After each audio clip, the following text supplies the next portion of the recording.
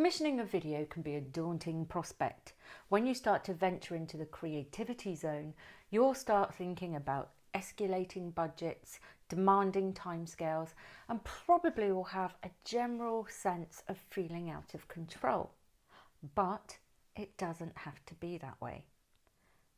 Even though the early filmmakers were magicians, it doesn't mean that your budgets have to go up in smoke. So how do we prevent that from happening? First of all, we plan to prepare. We look at video formats, and I'm going to go over 3 of those with you. And the first one is social media segments. So what are social media segments? They're anything from viral campaigns to simple talking heads. So they're a really simple build. It's basically an interview a bit like this, maybe with multiple people put together in one line on your timeline. Very straightforward, and something that you can do with a really small amount of tuition. So what would you use those for? This kind of format is really good for video CVs if you're looking for a job, and there's many platforms. There's a really good platform I can recommend, which is Hire On Site. That attracts large businesses who can go in and see your video CVs. Also, meet the team. So if you have a large company, then you can have your team members make the videos together, which is fun. It's a really good bonding experience. Or you can bring in a professional video company who can stylize it, match your branding so that your team interviews look really stylish on your website.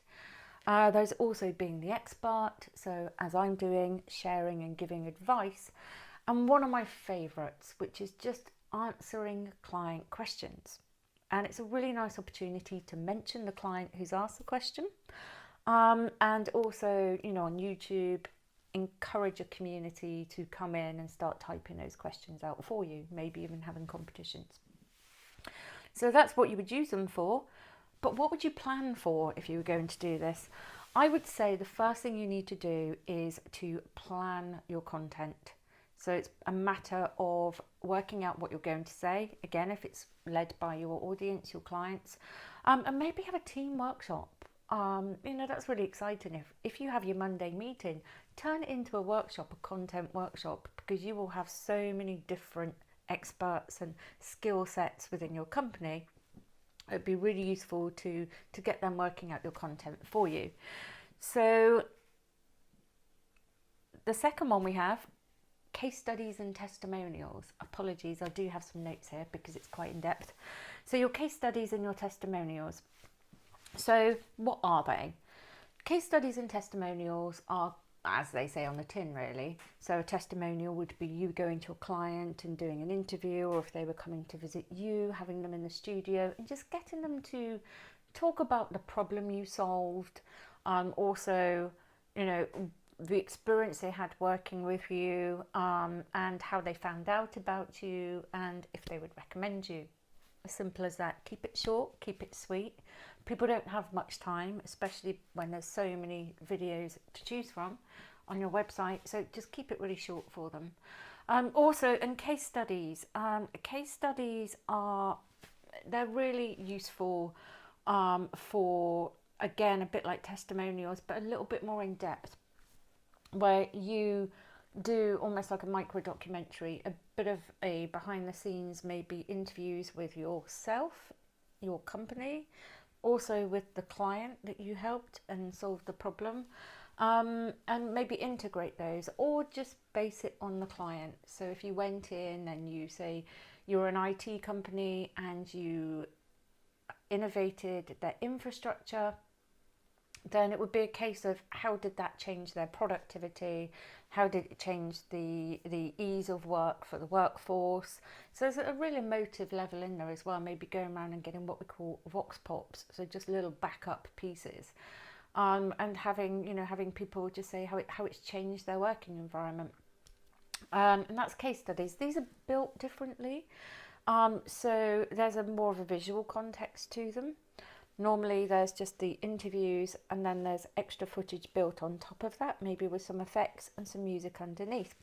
So how would you prepare and plan for a case study.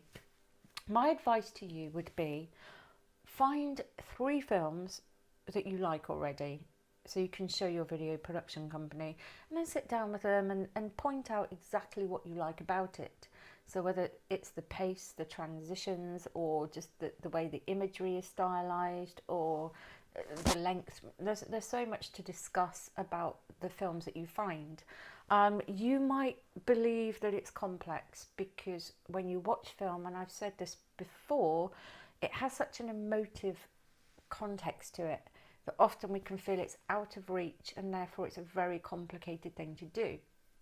But it's not. It's just a synergy of all the pieces coming together that gives it the power and gives it the impact. So find those films, because a video production company will be able to take those ideas and replicate them, improve on them. So that's my first piece of advice for what to plan for. Also, selecting the client that you want a case study, or the project that you want to case study, making sure they're available, so the scheduling. And it's really good to make sure that if you're going to talk to multiple people as well, that you get them all back to back as much as possible, and there's not too much travel, because travel and time will cost you money. Maybe even having some kind of event in your own offices. Also, statements and vox pops we've covered, talking to employees to be inserted in there. And make a wish list. So a wish list would be any important coverage. That might be employees at work, or it could be products, or it could be people meeting and greeting, architecture, people, again, products. So that there is a lot that you can cover with B-roll. Also, ask your video production company to send you at least 3 music tracks. Music is integral because it does say so much about the pace, the character, and the vibrancy of your company. So it's finding your signature style or genre. You can play around with that. I would say give the company the type of genres that you like, and whether it's a medium, fast-paced, medium, or slow-paced. And then they can start searching for you. But ask for 3 so you can make a selection. And don't be afraid to go back if it's not working and ask for more. Also, the third format we have, which is one of my favourite, I think with my background, I really do relish making commercials. Now, these babies are often seen as the big players in the world of marketing. Big budgets, big casts, etc. But if you have access to some serious cinematic talent, which I do, then it doesn't have to cost you much. A good commercial written well can cost you around about 2,000. That's on the really low end of the budget. I mean, commercials, they go up to 250,000. I mean, we deal with up to about 20. But I would say it's this is where planning and preparation comes in. And I would say what you need to do when you're making a commercial would be to, first of all, get your inspiration. Again, any images, any films that you've seen, bring those in from your clients if you're an agent, and bring that to the table. It will take longer, but the more you can refine the process within the pre-production, the less it will cost you in the long run. I would also say have a recce. It's really important, even if you've got to send a camera person to the other side of England or to another country. It's worth sending them out there to get photographs, because it's a huge part of the planning for the director. It's being able to get into the nuances of an environment and to also check out the resources, to interview staff, or to actually garner the knowledge which will come back to base and will influence the storyboard. So it is a big research project. It's worth it. It's one person going, maybe the director will go sometimes, but it really is worth having that in the archives. It also helps the crew navigate where they're going. So in terms of moving from location to location, it really is a priority because somebody has scouted that out already and found the shortest journey. And also any risks or complications. So on a risk assessment level, the recce really is important. And I would plead with you not to cut that out because you think you're going to save money, because you really won't. So storyboard, make sure that you do not pass go until you have your storyboard locked down. Everybody can feed into it. It is essential for the next stage, because if anything moves on that storyboard, then the schedule is like a house of cards. It can come down. Priority, whilst we're having this conversation, is locations. Book the locations. Lock down the locations, because it is the foundation. It is the stage. And again, if people are starting to be booked in accordance to the availability of the locations, and a location changes, you have a big problem. So make sure that that is a priority for you. Script as well. Again, we've got storyboards and script. Being bold, I've said this before, being bold about how much money you're going to spend, and don't be afraid to be there. Assign an account manager and make sure that the video production company has an account manager, and be there and make compromises at every turn. Ask for a compromise at every turn. A really good video production company will boil it down. Less is more. Within the performance art side of things, and within film, it's always, even in art, less is more. And often when you're putting pressure in an area to save money and saying, can we do this for less, it really excites good filmmakers. They are problem solvers. They like to be resourceful and really do enjoy the challenge. I'll give you an example. We had a situation where we had to do a nightclub scene, and that would have cost a lot of money to get a lot of people there. We had 11 people. We had a nightclub, smoke, lights, DJ, 11 people. And it was thinking around that. It happened on location. We were meant to have more. We arrived and there were 11 people. And as a director, my job was to think quickly on my feet. So it was iconizing a nightclub, and we ended up having the 11 people bunched together, smoke, lights, shooting over the DJ, hands in the air, everybody bouncing, the crew got involved, even our client got involved, and it looked fantastic. We also had the DJ, turntables close up, and I introduced with two of the principal characters a flirtation, a little bit of romance, because I think that's key. It was for a university and students go to meet each other. You know, we can't get away from that fact. So a little flirtation, only for about 3 seconds, but it made it real. When all of that was cut together, high energy, small story. So doing something for less, it's possible, and it's the satisfaction that a production company gets from that that's what we do it for. So do ask for compromises. So yeah, working resourcefully produces the most realistic results. What you have to plan for, you need to know your budget, find images and examples as we've stated, your team as well. Talk to your team, find out what their skills are. We've had an instance, and I've said this before, where, you know, we had somebody who'd had a degree in fashion, we saved about £1,000 because they took care of costumes.